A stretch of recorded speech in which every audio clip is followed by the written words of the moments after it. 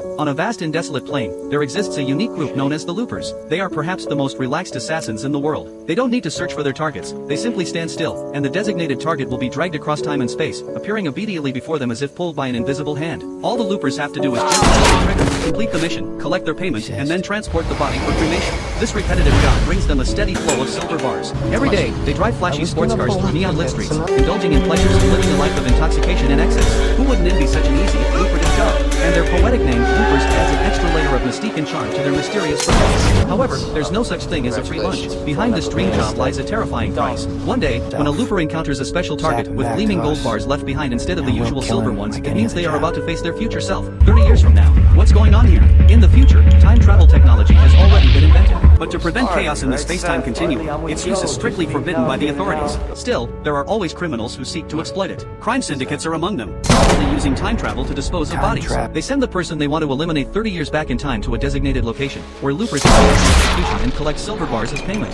But when silver turns to gold, it's a brutal signal. The person to be executed is the Looper themselves, 30 years in the future. This is known in the trade as closing the loop, a method used by the syndicate to prevent any leaks, and it is the unavoidable fate of every Looper. Once the loop is closed, they receive a hefty reward being executed by their past self. But what happens if the execution isn't carried out?